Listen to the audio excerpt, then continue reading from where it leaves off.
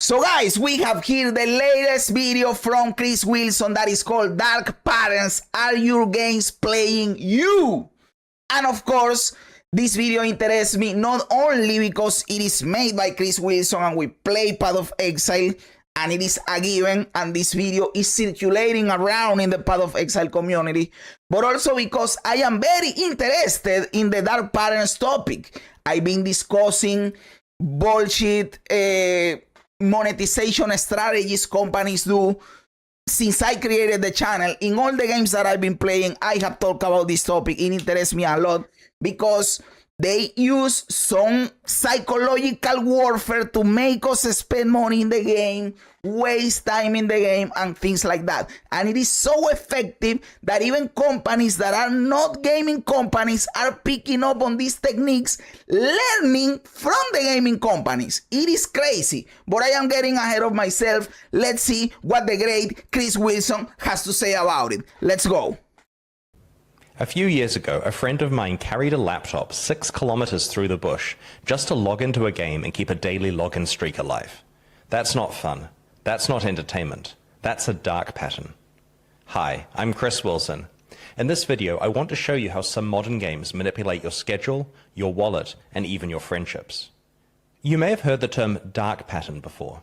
It refers to a design that deliberately manipulates user behavior, usually to get those users to spend money or engage more than they intended. A classic example is a hotel site flashing scarcity cues like, only one room left, 4 people are booking right now. You also see services that are easy to sign up for. 800% value, guys, in Diablo Immortal. 800% value. You are wasting money if you don't buy this. But hard to cancel. Confirm shaming buttons that say, I'd rather pay full price. Optional extras like shipping insurance being automatically added to your shopping cart, or pop-ups that say, don't leave yet, you have unpurchased items. Dark patterns like these are increasingly common, to the point where regulators and consumer groups are starting to push back. Today I want to talk about a less discussed form of dark patterns, and that's their use in the games that we play and make. Given how much money is made by the games industry, it's no surprise that some developers are applying psychological principles to the reward systems of their games to manipulate players into engaging more.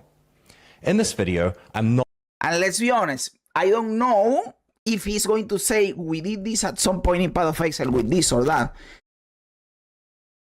But Path of Exile is one of the games that has the least bullshit in my opinion. All the games have bullshit in them. But Path of Exile is cool because it has less bullshit than the majority of the games. Because it is really hard right now to find a game with no bullshit. I don't know, Baldur's Gate, that you buy the game and you get the game and you are done. That is a game with no bullshit. Not talking about gameplay systems that are intentionally addictive or immersive. That's part of the entertainment you signed up for. I'm talking about the meta systems, monetization tricks, retention loops, psychological hooks, and UI traps that manipulate you outside of the actual gameplay. Yep. Another way to look at this is, if a developer focuses on making a game as compelling as it possibly can be, and it ends up really fun, interesting, and makes players want to play it again and again, then that developer won't need to rely on manipulative psychological tricks to artificially improve their metrics. But you are correct. He's correct, obviously. If you make a good game, players are going to play and you are going to make money.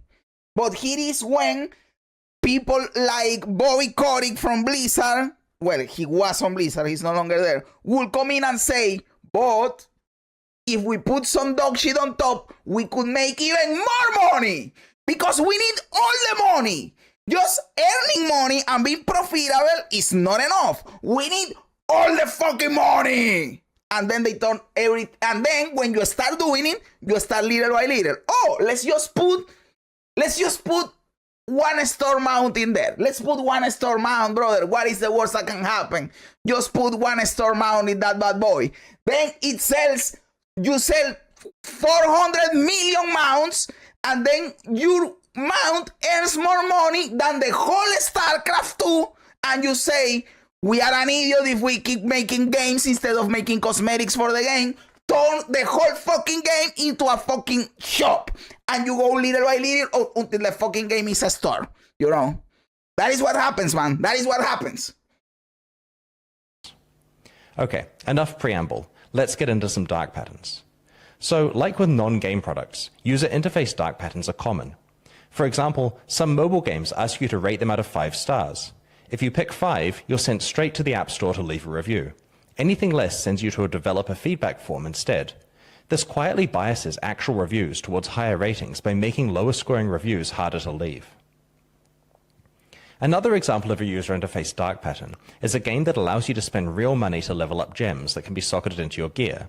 But players might find that once they have completely maxed Hey, that is directed at Diablo 4. You can do that in Diablo 4, right? Not Diablo 4, Diablo Immortal. out a gem at great expense, more sockets appear, requiring them to spend more money than they initially intended to completely max out their character. This moving of the goalposts could potentially manipulate players into thinking they were going to complete their character for one price when it actually costs a lot more. They may not have committed to spending as much if they knew that from the start.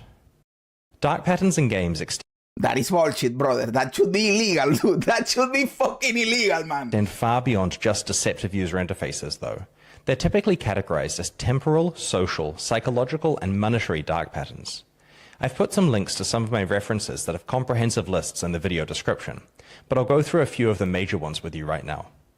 Before we get started, I should note that pretty much any mechanism that tries to manipulate a change in user behavior is considered a dark pattern in games, but the severity varies a lot. Some of them are much more mild than others, and we'll all have different opinions about which of them are harmless and which are going too far. I'll weigh in with my personal feelings about this later in the video. Many live service games I will tell you something, man. I know this is not a dark pattern because you know what you are getting into when you opt into it. But Chris, this was implemented in Path of Exile when you were there. The skin transfer system that you do with the hammer, that you transfer one skin from one item to the other item, is the worst transmog system I have ever seen in my fucking life. It is not a dark pattern. You know what you are buying when you buy it and how much it is. It is still dog shit. have daily login rewards. In behavioral psychology, when an action is followed by a reward, your brain learns to repeat it. Every day that you log in and receive this reward, you'll get a hit of dopamine, building a habit over time. Players who are conditioned to logging in every day do it not because they're excited to play, but because it feels like brushing their teeth, just something they have to do. And also because if you don't do it, you lose the streak, you don't earn the reward for the day. You have to do it, so they are FOMOing your ass. This shit is so also I kind of hate how everything revolves around dopamine right now. Everything in the fucking world, not even games. All people are hyper aware of the existence of this thing called dopamine that makes you feel good, and are in the constant search for more dopamine because I have to feel good. And this shit is like a drug, brother. There is in fact ways that people are starting to go into like rehabilitation programs to get detox from dopamine, because our brains are getting so fucking fried with dopamine all day long that we need to rehab from this bad boy, brother. Because we wake up, we look at the phone, we look at the notifications, we go to the PC, we go to the TV, we are looking at the screen all the time. We are never allowed to think ourselves with our own brain. We are always looking at the dog shit. And that is why when you get like me, yesterday, that I have an 11-hour power outage, and you are just there like this.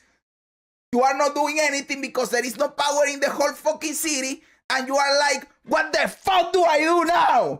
And then you start getting anxious because you want the dopamine hit, right? And that is why they did this experiment where they put a person in an empty room, empty white room. There is nothing in there, and they put you in there. And the only thing that is in the room with you is one button, one single button. And if you click the button, you get shocked, an electric shock. So they put the person in the room and they leave. And then the person is there with the button. But you are not going to shock yourself, right? But after 5 minutes, 10 minutes, 15 minutes, or doing nothing, you are nothing, brother. Your brain is fried, and you say, I need a stimulus, man. I need a fucking stimulus because I am bored. And people click the button to get shocked. This is fucking natural human behavior, man. What the fuck? We are fried. We are done. We need to detox from dopamine. I am saying that to myself. I am always looking at a fucking screen. I need to be free. Go to the fucking mountains for 2 weeks and not know what is happening in the world. I don't need to know what is happening in the other side of the world every fucking day of my fucking life. People used to live like this before. Just go to the mountains for 2 weeks, no phones, no screens, and try to just think about something else, man. Older people had newspapers. Exactly, it was different, man. Like, okay, you have the newspaper, but you read the newspaper and you are done, and there is still a lot of time in the day to do other stuff. People, to be able to contact you, had to call you home, and if you were home, you could answer. But if you were not home, there was no way of contacting you. You could be anywhere. Who the fuck knows where the fuck you are? You could be doing anything. Nobody's going to find you, right? It was different, man. It was different, dude. I wish here in the States we'll just go to the forest and ponder nature, dude. I wish I could have the financial freedom to do it, brother. I honestly want to do it someday. I hope everything goes well in my stream so that in 2 years from now or something like that, I can do a 15-day, a 1 month total disconnection. Just go to the beach or to the mountains or to some place where I am not connected and I try to reset to factory settings. Because right now we are reprogrammed for this online new world where we are hyper connected all the time. Dude, I need to reset to factory settings, you know. Detox my system from the dopamine and the anxiety and all the dog shit. And you don't need to worry about anything. You don't need to worry about numbers, about money, about work, about people saying this or what another one is saying or looking at the news. Just live the moment, man. Experience reality. The wind blowing is all you need. You know, I don't think this isn't a new problem. I mean, why did early humans have tons of kids? It wasn't just for free workers. Obviously, but I would argue that it's better than the shit that we have right now, right? And look what is happening. The birth rates are going down and population is stagnating and it is projected to go down. And we need, for the economy to keep growing, we need to keep making people, but we are not making enough people because people are now doing other dog shit. You could say that economy impacts it, and of course it does. But there are a lot of developed countries that have the money to raise several kids and are not doing it. In fact, the correlation is inverse. The more developed a country is, the less kids people are having. And the least developed countries are having more kids. It should be the other way around if you are going to argue that it's economy, right? So, people are not having enough kids. I am not saying it is because of dopamine addiction, but it is probably a factor that we are in this hyper-connected world, right? You have to admit that relationships are worse than ever because people are always analyzing all the choices they have. When we were kids or when our grandparents or in the year 1000, like 1000 years ago, you would see one hot girl a year, maybe 2. But now you open Instagram and you are bombarded with a billion of big basungas in your face. So people are always wondering, I could be with a big titty goth girlfriend instead of with my girlfriend. And the other way around too. The women think, why am I settling for this fat motherfucker if I could have a rich dude in a yacht with fucking, how do you say that? With a 6-pack. Why am I settling for this bitch? So people are in that constant fear of settling for the wrong person and trying to get a better person. And that didn't happen before. This is created by the internet. Well, it did happen because it is natural selection when people are trying to get the best possible partner. But it didn't happen at this magnitude, at this rate, because there were not so many options. Bring back arranged marriages. A lot of people are saying that we used to think that arranged marriage sucked, but a lot of like people that study human behavior are saying that arranged marriage produce the best outcomes for humanity, which is crazy. And people end up loving each other, which is crazy, because you say, no, I don't want to marry someone that I don't love. But it was discovered through studies that, okay, you don't love each other when you get married, but with time they end up loving each other because they are in this position. What are we going to do? They end up loving each other more than the couple that married because of love, which is crazy. Some games have login streaks. This is where the rewards escalate for each sequential day you log in. When you break the streak, your rewards reset back down to the minimum level. Now, humans have a strong sense of loss aversion, where losses feel roughly twice as bad as gains feel good. And then why the fuck do you have experience loss when you die in level 90? If you know this makes me feel shitty, why the fuck do I lose experience when I die in mapping, brother? You know that it feels bad. Why are you making me feel bad? Players will go significantly out of their way to avoid breaking these streaks. As I mentioned before, I have a friend who was on an off-the-grid camping trip and had to walk 6 kilometers with his laptop and a 3G modem so he could keep a login streak going in some random game he was playing. There are even games out there that let you pay real money to restore a broken streak. In addition to daily login bonuses, many games have daily tasks or challenges which reset every 24 hours. Players feel obliged to complete these so that the easy rewards don't go to waste. They don't want to miss out on cheap progress that everyone else is getting. Some games... I'll be honest, I never, there are games, for example, I play a lot of Gwent, the Witcher card game, and in that game you get a daily reward if you log in. But the reward is not so big that I feel compelled that I have to log in every single day. If I don't log in and I lose the reward, I don't give a flying fuck. Because what they are giving you is 10 dust for a car or whatever. I don't care about that, you know. The reward has to be big enough that you want to log in. There are some games that they give you some dog shit that I don't care. I don't care if I miss it. Rely on dark patterns rooted in social obligation to manipulate you into behaving differently. For example, it's common for mobile base builder games to have guilds or clans where daily participation, like doing quests or donating resources, is important for your guild to succeed. If you don't log in each day and perform these actions, you let your friends down, which causes guilt and social pressure for you to be active.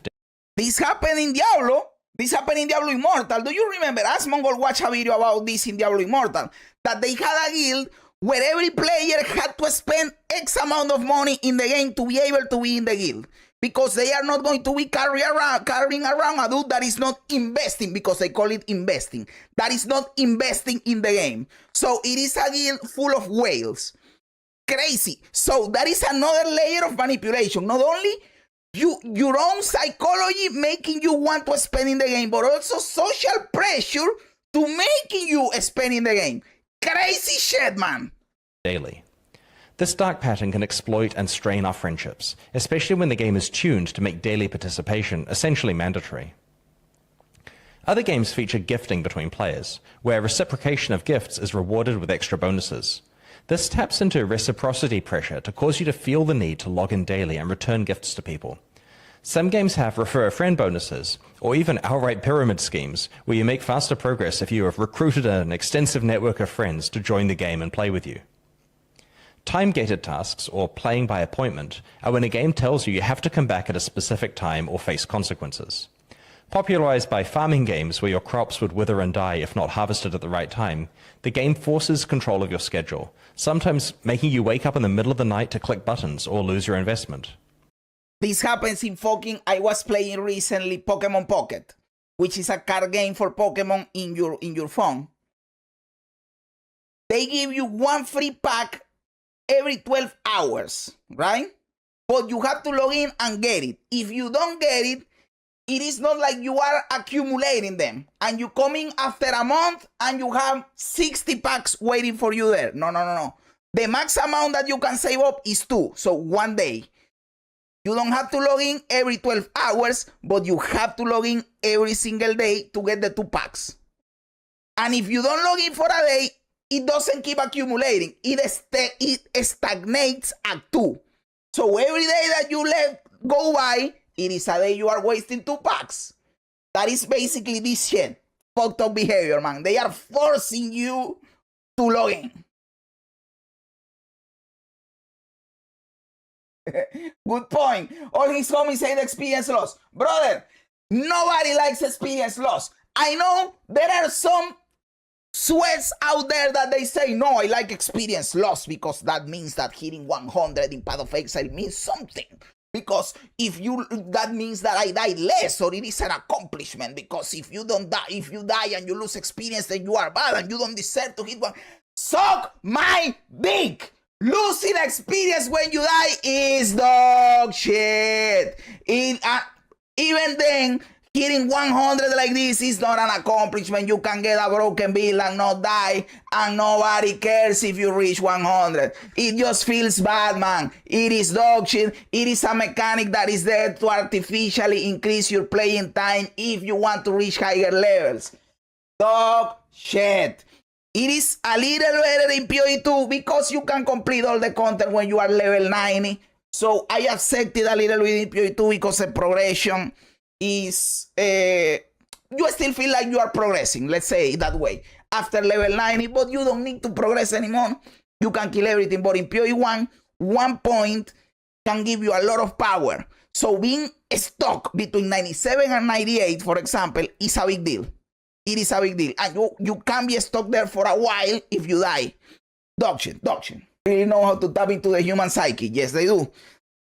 Mobile games know more about human psychology than fucking psychologists, therapists, and psychiatrists. If you want to know how people behave, you have to talk to the people that make mobile games. They know. Contemporary mobile games often have timers and energy mechanics, where your ability to progress the game is blocked until you come back when these resources have regenerated. While this is less harsh than your crops being completely lost, you'll feel pressure to come back at exactly the right time to maximize your rate of progress. When you're not the one deciding when you play the game, but instead having the game decide for you, it's worth questioning your entire relationship with that game. Yep. Some live service games create artificial scarcity for their store items. As entirely digital purchases, there's no physical requirement to limit the number of people who can purchase something, but doing so often causes it to sell much faster due to players fearing they're going to miss out. This pattern is similar to the one employed in gacha games, where they often have certain characters available for purchase only occasionally, causing a frenzy of activity when they are. Not only does this cause more sales, but it conditions players to check in with the game daily to see if the character they want is available for sale. This happens well, and this is also a form of FOMO, right? I play a lot of Dota 2. In Dota 2, there is something that are called the caches. I don't know how you pronounce it. But basically what happens is that once or twice a year, they release some chests that are only available at that moment forever. And you are never, ever going to get this again. So if you don't buy the chest right now, you are never going to get it again. And it is not that you can buy the skin that you want. You have to buy the chest to open it to see if you get the one that you want. Right? And they are only available for 1 month and they are not coming back ever. And it is true that sometimes companies bring them back. Valve doesn't. It never comes back. So if you are playing a match and you see a guy, maybe you are new to the game, and you see a guy wearing using a skin and you like it, and you go looking for it, you will realize that this shit was a cache in 2018. There is no fucking way for you to get this ever. You are fucked. You are not going to get it. So what happens is that when this chest release, people buy them by the hundreds to secure the skins at that point in time. So FOMO works, man. FOMO works. Related to premium currency in games. Developers can design their premium currency packs to be slightly too small to buy the most desirable items, requiring players to purchase more premium currency at once than they plan to. Developers can pick arbitrary exchange rates for their premium currency, so that players can't really understand the true cost of the item they're buying. Cheap items can be placed next to expensive items in the store to make them look like better value. Some games employ special in-game or monetization events that are time-limited or seasonal. The content and rewards are only available for a limited time window. Players do not want to miss out on a unique reward that may never be available again, so this limited availability causes fear of missing out, which leads to intense and anxious play during the event window. There's also a phenomenon called the endowed progress effect. which shows that if players are given a head start on a reward track, then they are far more likely to finish the rest of that track so that they don't waste the progress they have so far, even And also it is like a sunken cost effect thing, right? though they didn't even make that progress themselves. It's a bit like the sunk cost fallacy. This is why some battle pass schemes start with the first items already completed, or have some really easy ones that are inadvertently completed while playing. This manipulates players into committing to complete a reward track that they may not have chosen to attempt without the free bump of progress at the start. So we've gone through a bunch of different dark patterns, and some of them seem pretty user hostile. You may be wondering, why would developers pollute their live service games with all this because they work and they make them a bunch of money. crap? Well, there are several answers to that question, and the first is that it works. These techniques are all highly effective. They produce the desired outcomes. They manipulate well-understood psychological principles that our human brains are vulnerable to. The second reason is that players generally tolerate many of these design patterns pretty well. Have a look at the games you play and see what techniques they're using from this video. Ask yourself if these are a big enough deal that you'll quit playing the game.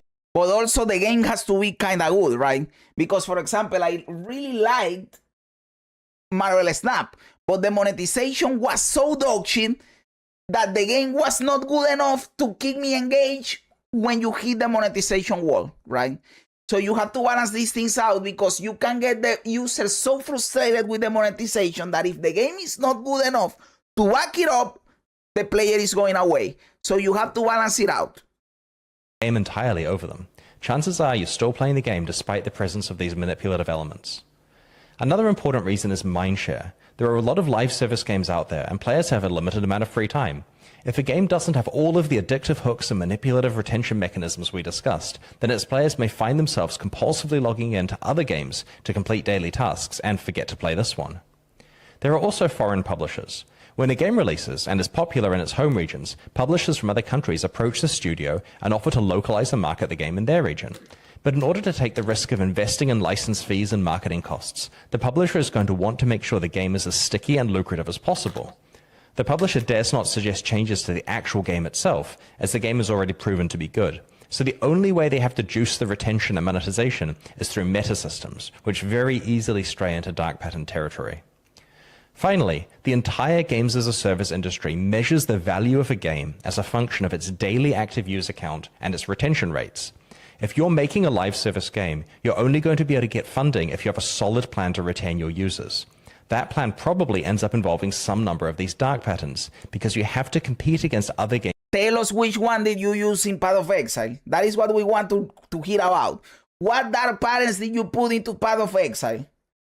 Games using these techniques. Besides losing experience. If you have a publisher or investor involved, they're probably going to want to see industry. I know that the video is not related to gameplay, as he said at the start, it's more related towards monetization. So he doesn't consider losing experience a dark pattern thing, because it doesn't involve monetization, it is just gameplay. But it still artificially increases your playtime if your goal is to reach level 100, right? Benchmarked retention and return from your game, and that is benchmarked against other games that are packed full of dark patterns. If you refuse to use dark patterns in your games, you're effectively competing with games that do use them, while operating at a disadvantage on the metrics that investors care about. This situation you are leaving money on the table. If you don't use these techniques, it is like, at that point you are an idiot for not using them, because they work and they earn a bunch of money. Why wouldn't I earn more money, you know? Yes, because of ethics, let's say it, but you know that business people don't care about that, man. really sucks. While by definition, a dark pattern is a design that benefits the developer at the player's expense, some of the techniques mentioned in this video aren't entirely evil, and if clearly communicated and balanced fairly, wouldn't qualify as actual dark patterns. For example, it's pretty clear that escalating login streaks are quite manipulative, because players really want to avoid breaking their streak. But flat daily login rewards might be more acceptable to players, because the penalty for not logging in is just missing one day of rewards. If those That is what Gwent has, by the way. If you miss one day, not a big deal, you get the one from tomorrow. Rewards are sufficiently generous, and the game is not manipulative elsewhere, players might be happy with that system. There are certainly players who really look forward to daily bonuses or special events in their favorite games, and enjoy the structure and rewards that those bring, despite the drawbacks we've talked about. Some developers argue that a little psychological nudge can enhance enjoyment of the game, for example by encouraging players via rewards to explore parts of the game they wouldn't otherwise try out. I recommended this. Right now, there is a structure that incentivizes PoE2 players to play PoE1 because in PoE1 you can complete the 36 challenges and you get an armor that you can use in PoE2. But the other way around is not working and they need to do it. Put challenges in PoE2 so that PoE1 players that only play PoE1 are incentivized to play PoE2 to get the challenges, to get the armor, to use it in PoE1. You could say that that is FOMO, that is a dark pattern or whatever, but you are incentivizing the whole Path of Exile community to play both games instead of sticking to just one. I will do that. I will do that in a heartbeat. Achievement systems are a common example of this. I previously talked about how time-limited events can be manipulative because they often offer exclusive rewards that require a lot of work to unlock during a narrow time period and can take advantage of your fear of missing out. This is a problem when the event involves grinding out existing content, but honestly, isn't that bad when the event consists of interesting new content? For example, back in January of 2017, Blizzard celebrated the 20-year anniversary of Diablo 1's release by introducing a special event into Diablo 3. The Darkening of Tristram was an homage to Diablo 1 within the Diablo 3 engine, complete with a pixelization shader and a strict orthographic isometric. I wasn't playing Diablo 3 when this happened, but I have heard only positive things about this event. People liked it. Projection like Diablo 1. Players got to play through this mini version of Diablo 1 with their Diablo 3 characters, and it was honestly pretty cool. Even cynical old me reinstalled Diablo 3 and had a fun time checking it out. It looks like they're still running this anniversary dungeon event annually since then. This was a very well executed example of a time-limited in-game event that was a net win for everyone. I have nothing to complain about there. On the other hand, time-limited events that don't introduce new content can be more dangerous. A number of years ago, a fellow game director told me a story about a live service game he was running. He wanted to increase player activity in the gaps between expansions, so he decided to try running a double experience weekend. It was a huge success and saw way more players playing than usual. After the weekend, however, player numbers dipped down below where they were before the weekend, so they ran another double experience weekend the following weekend. You can predict where the story went. After a while, people only played on those special weekends because playing on weekdays felt far less worthwhile in comparison. Why the fuck would I waste my time playing where I am not getting the extra shit than when I am getting the extra shit? I am 100% going to play when I get the shit. The game eventually shut down. While games that overuse dark patterns alienate their users and eventually see the opposite of the good retention they were aiming for, the primary victims of dark patterns are the players themselves. Players affected by dark patterns find themselves compelled into behavior they wouldn't normally perform, whether that's making purchases they hadn't planned for, logging in on days they hadn't intended to play on, grinding content they wouldn't normally choose to grind, referring friends who might not have an interest in the game, or having to set an alarm at 4 a.m. to tend some crops. These actions have both an impact on their day-to-day life, but also reduce their enjoyment of the actual game itself. They often lead to feelings of anxiety, fear of missing out, commitment pressure, guilt, and frustration. The scary thing is, I'm an adult in my 40s who has spent his career working in live service games. I deeply know all about these tricks and it still works. You know they are fucking you in the ass and you let them fuck you in the ass because you want the thing. It is crazy, man. Still find them affecting me far more than I'm comfortable with. Imagine what it's doing to kids who are incredibly vulnerable to the constant bombardment of gambling, compulsion, addiction, loss aversion, and anxiety-inducing dark patterns that these games contain. So far in this video, I've tried to offer a relatively neutral take on the pros and cons of these game design patterns. While they're called dark patterns and have a high potential for abuse, I've explained that some of them are moderately harmless if used in a way that provides a lot of value for players. But if you're watching my channel, you probably want my actual opinion on all of this. I put a lot of thought into this area because I used to run a live service game, and I frequently had to make decisions related to what design patterns were used for meta systems, retention mechanics, and monetization. So here's my current take on this topic. First of all, I think that pretty much everything is fair game in terms of the actual design of the game itself. If a game is targeted at adults, that is how he defends the dog shit trading that we used to have and the experience loss. Because everything is fair game in the game itself. rather than children, I don't have a problem with people leaning on behavioral psychology research when designing the actual gameplay of the game and its reward systems within the game. Make your games fun, make them compelling, make people want to play them and want to return to them for their own merits. Your job as a game designer is to make a really fun game, and understanding how the human brain works is important for that.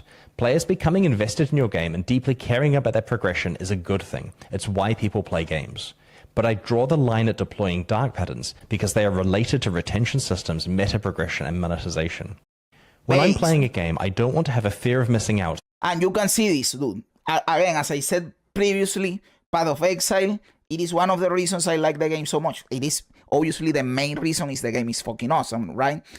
But there are games that are awesome and get screwed by bullshit monetization. Path of Exile doesn't have this problem. The game is awesome, and on top of that, it has a very, very fair monetization. That makes me feel like I have to play frantically during time-limited events. I don't want to have to log into the game every single day to avoid breaking some stupid streak. I don't want to have to do some minimum amount of activity every day, otherwise I miss out on bonuses. I don't want to have to spam my friends to remind them to log in, otherwise I miss out on rewards. I hate all of this bullshit. When I was growing up, games were designed to be fun, not manipulative. They didn't have literal behavioral scientists and psychologists on staff trying to rewire my brain. Look, I love the economic and competitive aspects of live service online games, but I just don't find myself enjoying most modern ones. Whenever I see daily tasks, seasonal events, and all the exclusivity FOMO, I just lose all hope that I'll actually enjoy playing the game, because I know that it'll be playing me. If you're a developer and really want to add retention mechanisms without straying too deeply into dark patterns, what can you do? Well, first of all, you should try to make your game as fun as possible on its own merits, before relying on external meta mechanics to try to add engagement. Once you've done this, it's a matter of transparency, fairness, and respect for your players. Transparently communicate how things work and what players have to do in plain language. Avoid hidden gotchas that players are unaware of. For example, if you're using loot boxes, clearly communicate their drop rates. Try to ensure that optional challenges reward effort rather than attendance. Make sure that time-limited events last long enough for real-life schedules. Carefully consider whether rewards should be exclusive or whether you should have the event return with the same rewards later, giving players a chance to get them if they miss out this time. It's worth thinking about the concept of time-agnostic gaming. Try not to care about when a player plays your game. Some people can't game every day, but have lots of time available on the weekends. It's unfair if the progress they make is slower than someone who manages to log in every day to claim some type of login reward. True. So that's been a tour through the dangerous world of dark patterns. As game developers, we have an obligation to think very carefully before we employ strategies like these. Push back and make sure that the reason you're adding something is because it's actually adding more fun, rather than because it'll artificially create more retention or juice some other metric.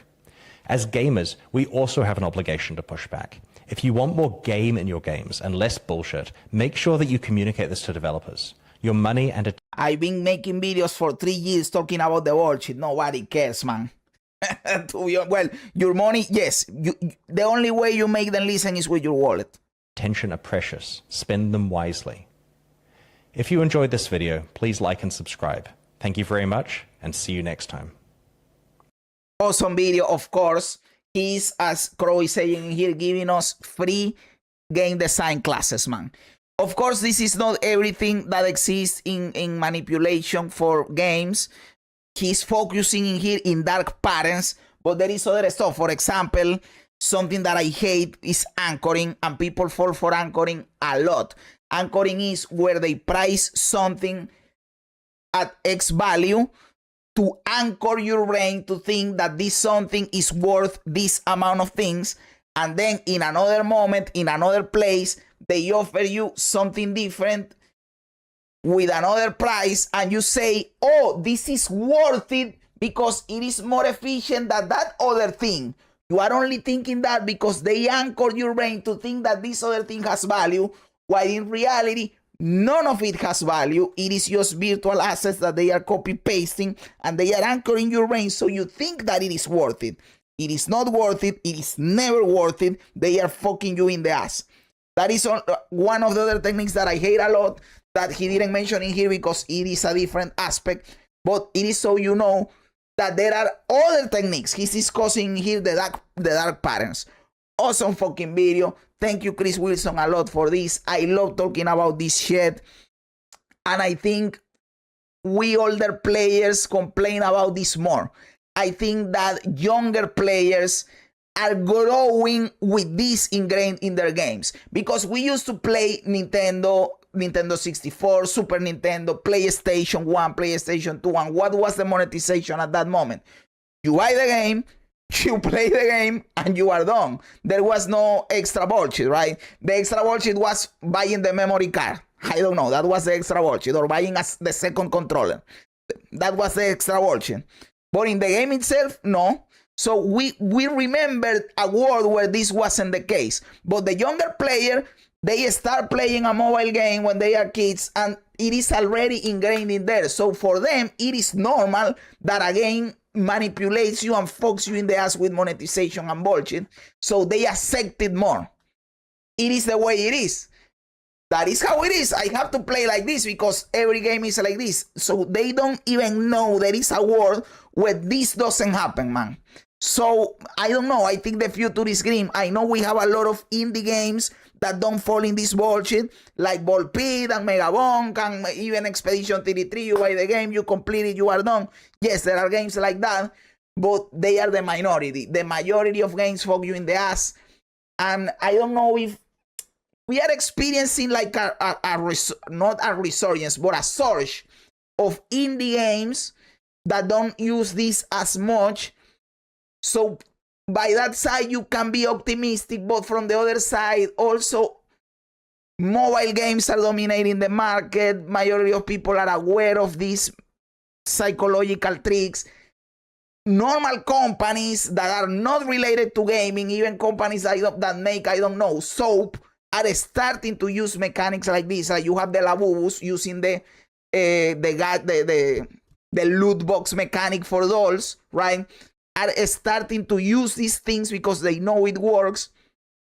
So for one side, you can be optimistic, but from the other side, you can be very, very pessimistic about the future of how games are monetized. But again, Chris, thank you very much for this video, dude. Awesome video, and I hope you keep making things like this because it is honestly really cool, and we will keep reacting.